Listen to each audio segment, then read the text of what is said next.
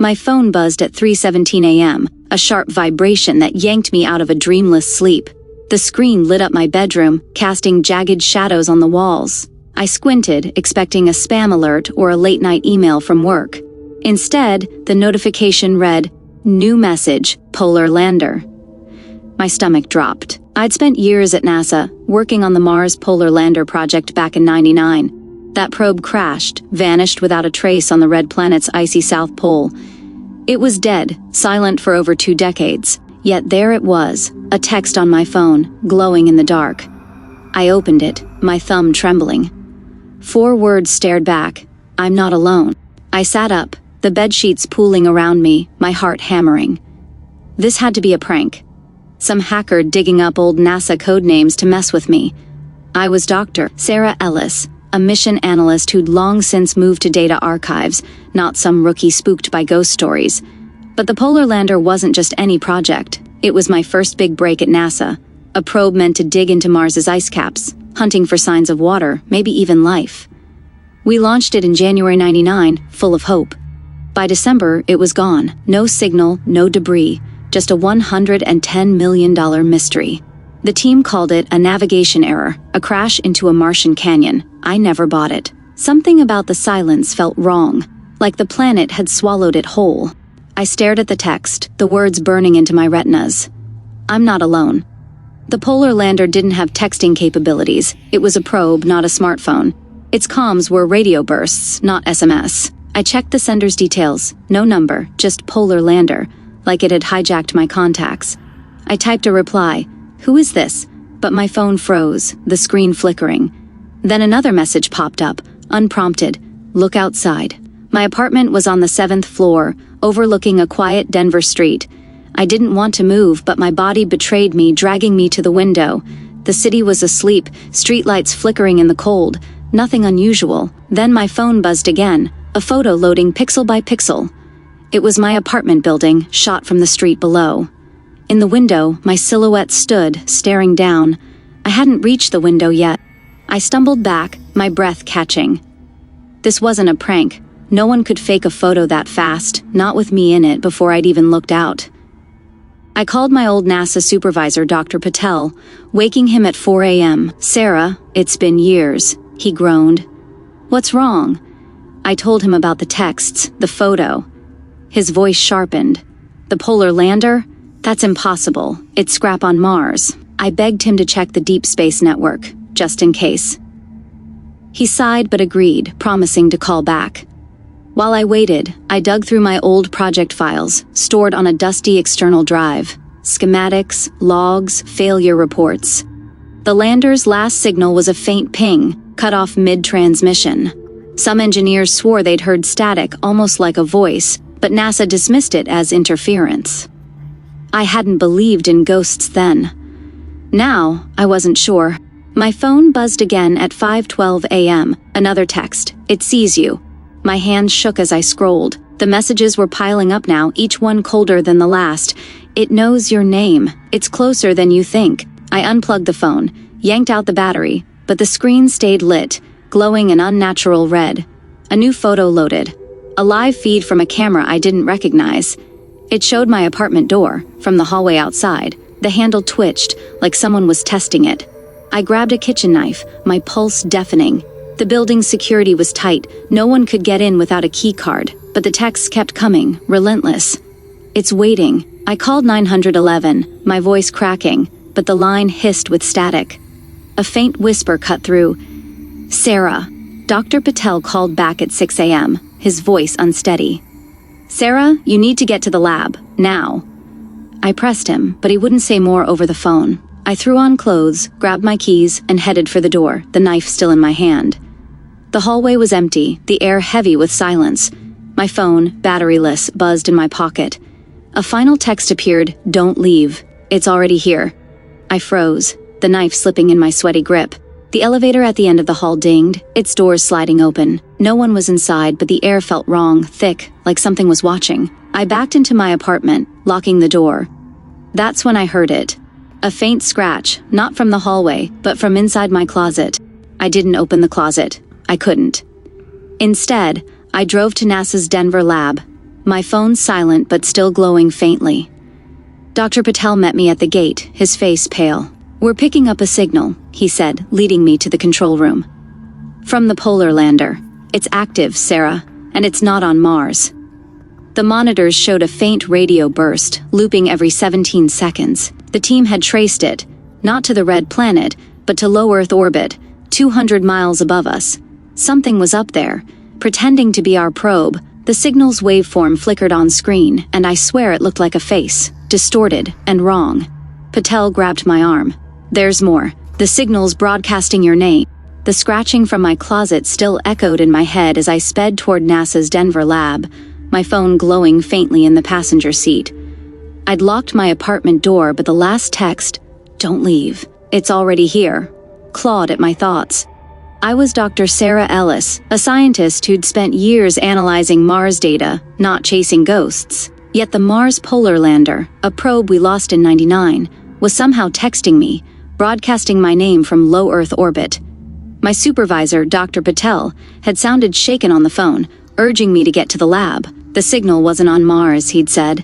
It was above us, 200 miles up, pretending to be our dead probe. I gripped the steering wheel, the city lights blurring past. Whatever was out there, it knew me. The lab was a fortress of glass and steel, buzzing with overnight staff when I arrived at 6:45 a.m.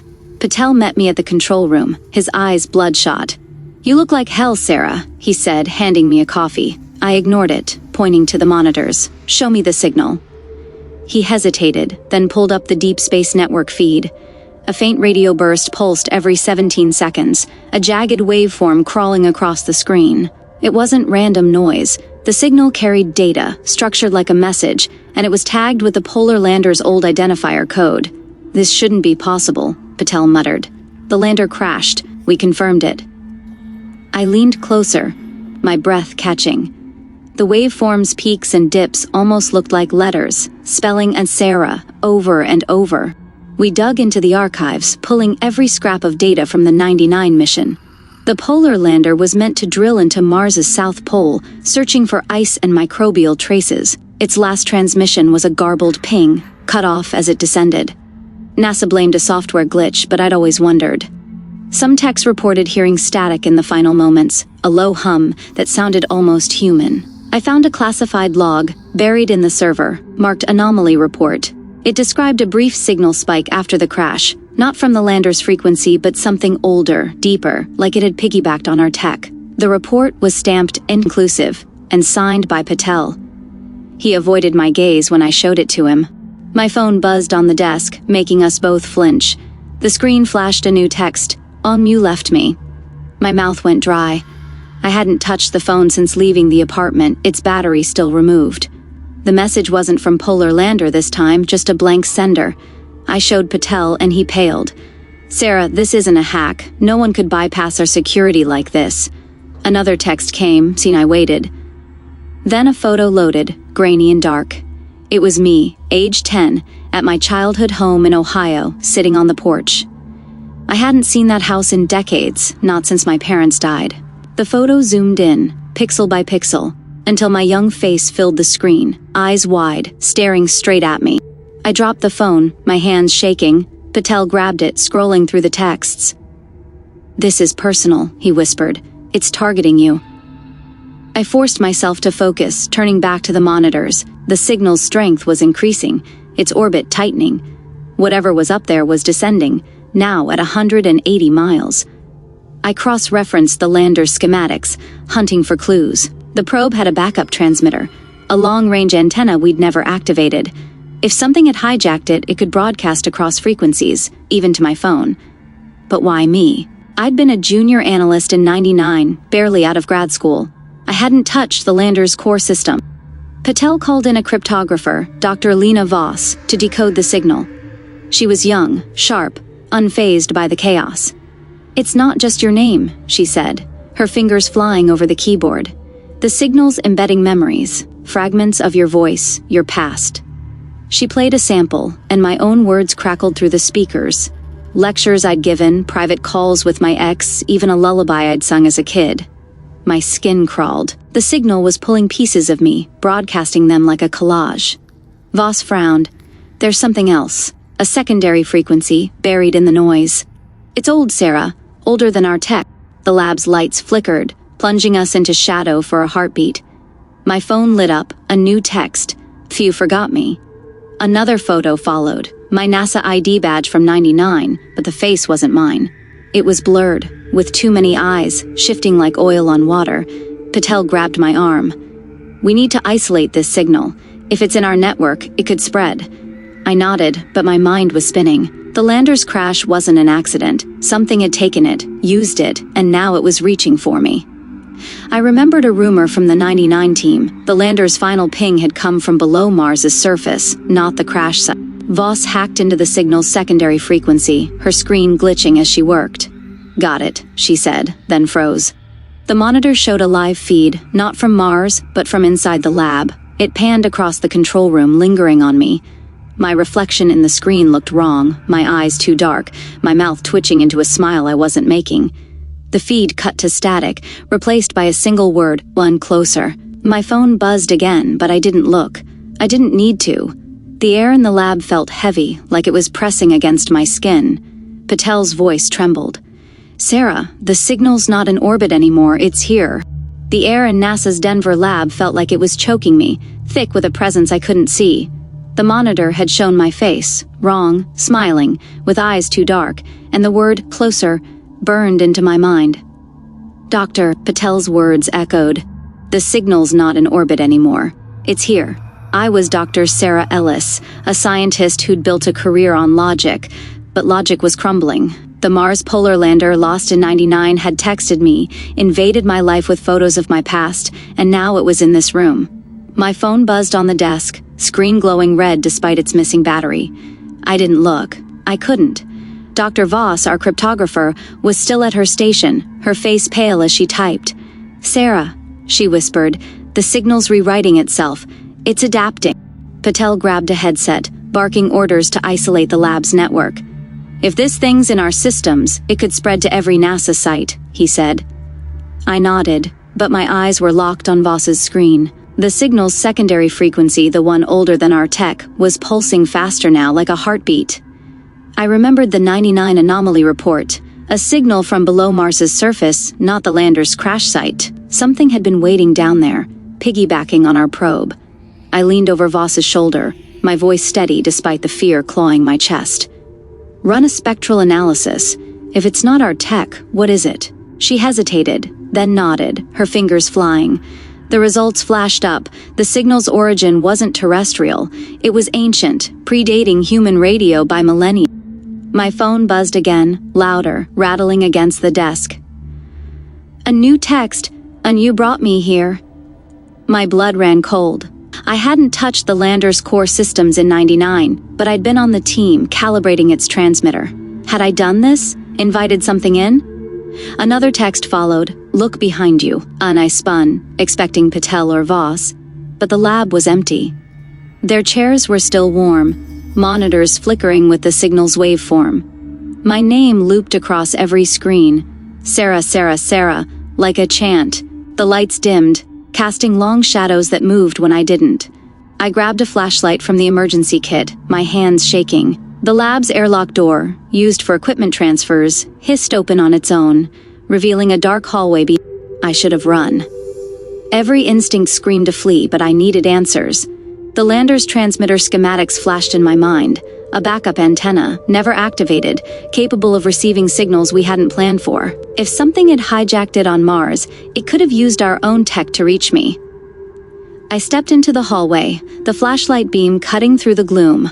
The walls were lined with old mission posters, including one for the polar lander. Its red Martian landscape faded.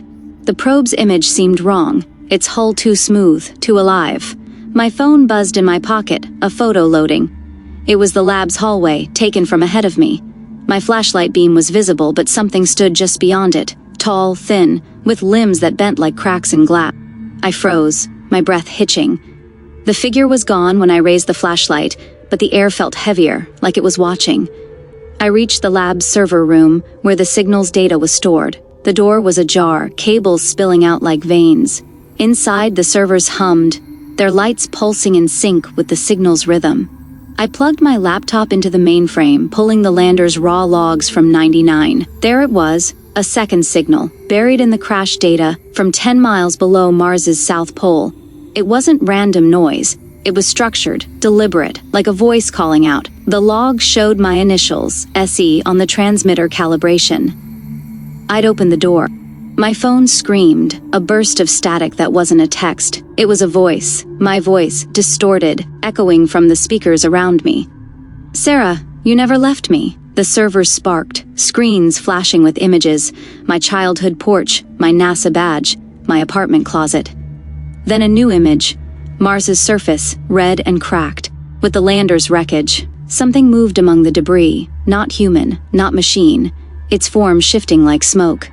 The voice spoke again. "I was always with you." My flashlight flickered, and the server room's lights died. In the dark, I felt it. A cold touch on my neck, like fingers tracing my spine. I bolted, slamming the server room door behind me. The lab was silent, but my phone kept buzzing, texts flooding the screen. "You're mine. You've always been mine." In, I ran to the control room, where Patel and Voss were back, staring at me like I'd been gone for hours. "Sarah, where were you?" Patel asked. I tried to explain, but my voice caught. Voss pointed to the main monitor. The signal's waveform had changed, now a perfect loop of my brain scan from a 99 medical exam. "It's not just mimicking you," she said. "It's inside you." I touched my neck where the cold had lingered.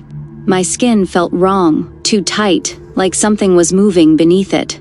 The lab's alarms blared, signaling a breach in the airlock. Patel checked the cameras, his face ashen. "It's not showing anything, but the door's open." My phone buzzed one last time, a final text. "And not alone. Neither are you." I looked at my reflection in the monitor, and it wasn't mine. My eyes were too dark, my smile too wide, just like the lab feed in part 2. The twist hit me like a wave. The entity hadn't just hijacked the lander. It had hijacked me back in 99, when I calibrated its signal. I'd carried it home, in my blood, my thoughts, my skin. The lab's lights flickered, and I heard my own voice whisper from the airlock, "Sarah, let's go home."